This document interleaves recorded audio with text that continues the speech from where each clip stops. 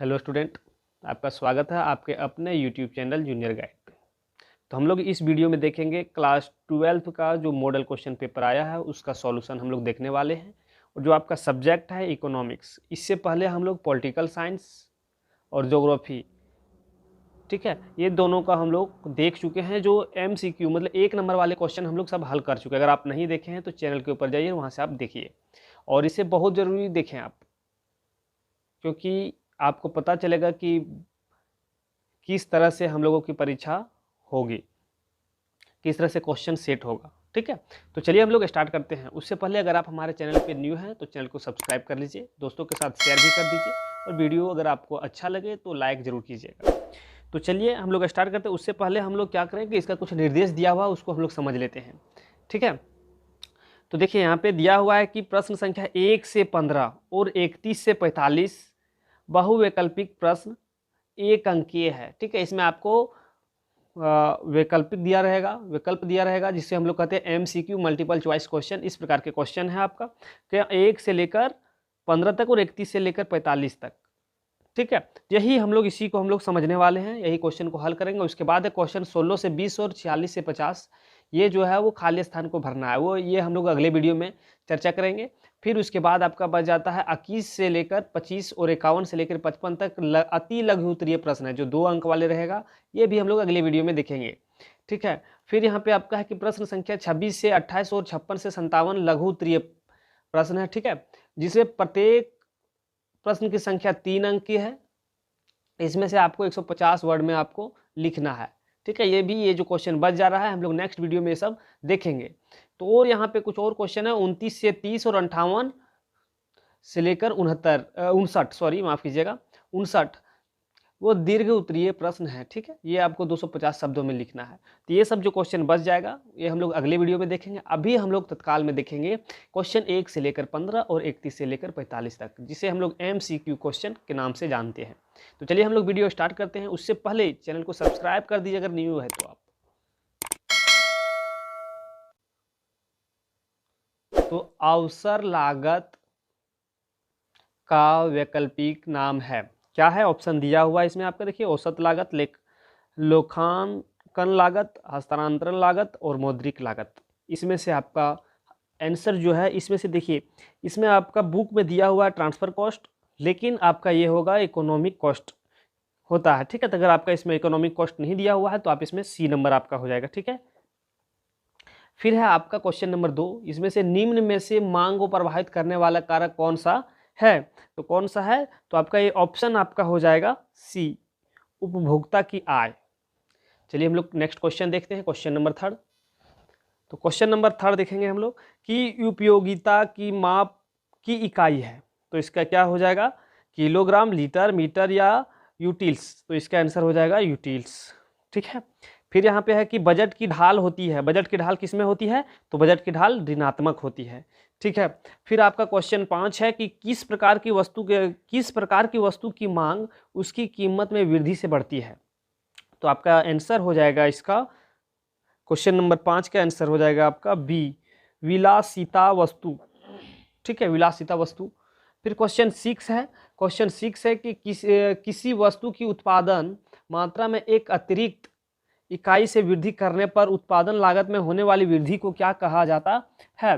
तो आपका ऑप्शन दिया हुआ है यहाँ पे, इस ऑप्शन में से आपका हो जाएगा C नंबर का, सीमांत लागत।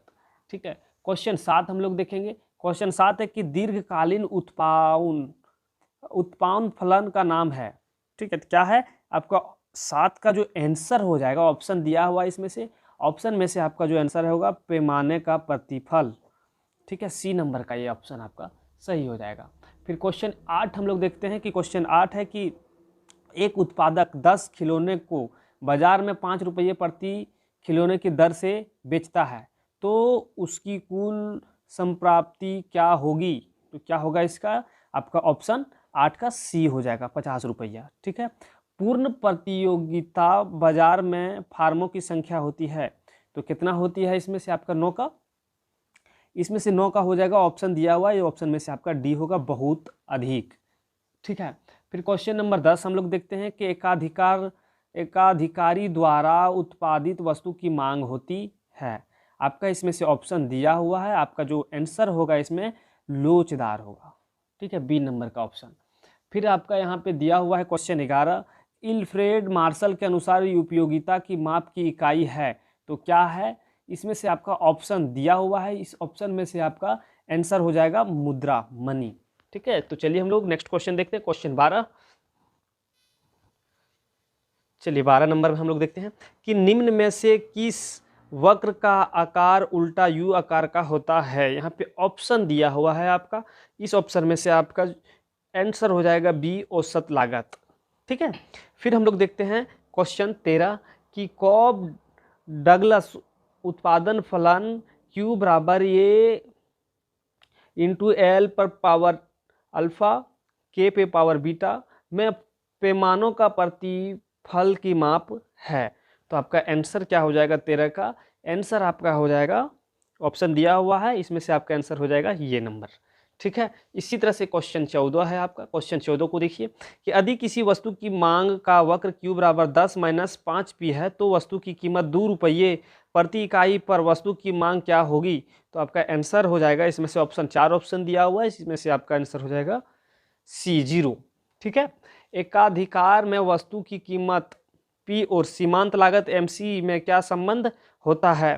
तो इसका क्या हो जाएगा? इसका आंसर आपका हो जाएगा सी नंबर। ठीक है, ऑप्शन दिया हुआ है, इस ऑप्शन में से आपका सी हो जाएगा। तो चलिए देखिए आप यहाँ पे कि क्वेश्चन 15 तक हम लोग देखें। अब यहाँ पे हम लोग जो पढ़े थे वहाँ पे कि 15, 1 से लेकर 15 और 31 से लेकर 45। तो चलिए हम लोग क्वेश्चन नंबर 31 देखते हैं। क्वेश्चन नंबर 31 हम लोग स्टार्ट करते हैं। उससे पहले अगर आप हमारे चैनल पे न्यू हैं तो चैनल को सब्सक्राइब कर लीजिए और हाँ, दोस्तों के पास भी शेयर कर दीजिए और अंत में वीडियो अगर आपको अच्छा लगे तो लाइक ज़रूर कीजिएगा। तो चलिए क्वेश्चन नंबर हम लोग 31 स्टार्ट करते हैं कि विश्व की महान मंदी किस वर्ष हुई थी। तो विश्व की महान मंदी किस वर्ष हुई थी? तो ये आपका ऑप्शन दिया हुआ है, इसमें से आपका आंसर हो जाएगा बी नंबर, 1929 में। ठीक है, फिर आगे आप देखेंगे क्वेश्चन 32 कि निम्न में से किसे राष्ट्रीय आय की गणना में सम्मिलित नहीं किया जाता है। तो ऑप्शन दिया हुआ है यहाँ पे आपका, इसका आंसर जो आपका हो जाएगा वो है आपका हो जाएगा सी। ठीक है, ट्रांसफर पेमेंट।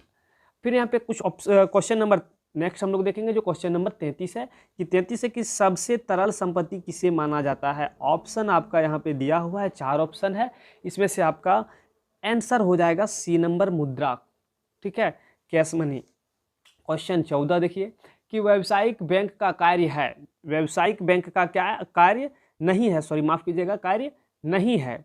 तो क्या इसका आंसर हो जाएगा कि देखिए ऑप्शन आपका यहाँ पे दिया हुआ है, इसमें से आपका हो जाएगा ऑप्शन 4 है, इसमें से आपका एक हो जाएगा डी नंबर का, ये मुद्रा निर्गमन नहीं कर सकता है, मुद्रा को इशू नहीं कर सकता, मनी इशू नहीं कर सकता है। ठीक है, फिर यहाँ पे क्वेश्चन नंबर 35 हम लोग देखेंगे, इसमें दिया हुआ है कि MPC प्लस MPS बराबर क्या होगा। तो क्या होगा आपका 35 का आपका आंसर हो जाएगा बी नंबर का। ठीक है, ऑप्शन बी होगा 1। ठीक है, थोड़ा इसको देखिएगा, इंपॉर्टेंट मानिएगा क्योंकि ये हो सकता है कि एग्जाम में पूछा जा सके। फिर चलिए क्वेश्चन नंबर 36 हम लोग देखते हैं कि यदि MPS का मान 0.2 है तो गुणक का मान क्या होगा। जी हाँ, यदि MPS का मान 0.2 है तो गुणक का मान क्या होगा। तो चलिए ऑप्शन आपका दिया हुआ है, इस ऑप्शन में से आपका हो जाएगा आंसर ये। ठीक है, 5। चलिए क्वेश्चन नंबर हम लोग 37 देखेंगे। 37 देखते हैं, सरकार के पूंजीगत आय के स्रोत हैं। तो सरकार के पूंजीगत आय के स्रोत क्या है? तो इसका आंसर हो जाएगा, ऑप्शन दिया हुआ है यहाँ पे, टैक्स। ठीक है, फिर चलिए क्वेश्चन है हम लोग 38 देखेंगे कि भारत में वित्तीय वर्ष की अवधि क्या होती है। तो ऑप्शन आपका दिया हुआ है, तो ऑप्शन दिया हुआ उसमें से आपका आंसर हो जाएगा ऑप्शन नंबर बी, जो जिसमें लिखा हुआ है कि 1 अप्रैल से 31 मार्च तक होता है। ठीक है, तो चलिए हम लोग नेक्स्ट क्वेश्चन देखते हैं, क्वेश्चन नंबर 39। क्वेश्चन 39 हम लोग देखेंगे कि क्वेश्चन 39 है कि व्यापार संतुलन ज्ञात करने का सूत्र है। तो व्यापार संतुलन ज्ञात करने का सूत्र क्या है? तो ऑप्शन आपका दिया हुआ है, इसमें से आपका आंसर हो जाएगा सी नंबर का, निर्यात माइनस आयात। ठीक है, चलिए 40 नंबर हम लोग देखते हैं कि 40 में कि एक देश के व्यापार संतुलन के चालू खाता में क्या सम्मिलित नहीं होता है। तो क्या सम्मिलित नहीं होता है? तो देखिए इसका आपका आंसर हो जाएगा 40 का डी। ठीक है, विदेशी ऋण जो है वो सम्मिलित नहीं होता है। चलिए क्वेश्चन नंबर हम लोग 41 की ओर बढ़ते हैं। 41 में है कि the general theory of employment interest and money नामक पुस्तक के लेखक कौन हैं? तो इसके लेखक कौन है ये आपसे पूछा जा रहा है। तो इसका आंसर आपका हो जाएगा option number C, J.M. Keynes. ठीक है, ये जो J.M. केन्स ने इस बुक को लिखा है। तो चलिए क्वेश्चन नंबर 32 हम लोग देखेंगे कि 32 में है कि निम्नलिखित में से कौन राष्ट्रीय आय की गणना की विधि नहीं है। मतलब कि यहाँ पे ऑप्शन दिया हुआ है, इनमें से कौन राष्ट्रीय आय की गणना की विधि नहीं है। तो 42 का आपका ऑप्शन हो जाएगा सी नंबर। ठीक है, प्रतिशत विधि। चलिए 43 हम लोग देखते हैं, निम्नलिखित में से कौन एक मुद्रा का कार्य नहीं है। देखिए ऑप्शन फिर से क्वेश्चन पढ़ते ध्यान से पढ़ सुनिएगा आप कि निम्न में से कौन एक मुद्रा का कार्य नहीं है। ऑप्शन आपका 4 ऑप्शन दिया हुआ है, इसमें से आपका आंसर हो जाएगा कीमत स्थिरता। ठीक है, चलिए क्वेश्चन नंबर 44 की ओर हम लोग बढ़ते हैं। 44 में दिया हुआ है कि भारत में मुद्रा निर्गमन का कार्य कौन करता है। मतलब भारत में करेंसी इशू कौन करते हैं, तो कौन सा करता है। आप देखिए आपका इसमें से ऑप्शन दिया हुआ है, इसका आपका आंसर हो जाएगा सी नंबर। ठीक है, रिजर्व बैंक ऑफ इंडिया, भारतीय रिजर्व बैंक ये करता है। चलिए लास्ट क्वेश्चन जो है आपका वो है कि राजकोषीय नीति के अंग हैं। ऑप्शन आपका दिया हुआ है, इस ऑप्शन में से आपको एक टिक लगाना है। तो चलिए हम लोग लास्ट क्वेश्चन को हम लोग टिक करते हैं। चलिए आपका हो जाएगा ऑप्शन 4 ऑप्शन में से आपका एक होगा ये। ठीक है, कर नीति, टैक्स पॉलिसी। ठीक है, राजकोषीय नीति के अंग होते हैं।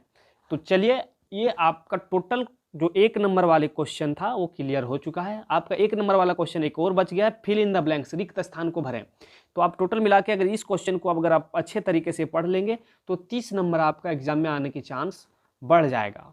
ठीक है, तो चलिए हम लोग जो इसका बच जाता है उस भाग को लेकर हम लोग अगले वीडियो में मिलेंगे।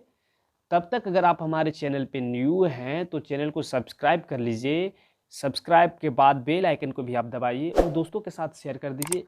और वीडियो अगर आपको अच्छा लगे, हेल्पफुल हो, तो आप लाइक बटन ज़रूर दबाएंगे। फिर मिलते हैं हम लोग नेक्स्ट वीडियो में, तब तक आपसे हम अलविदा लेते हैं।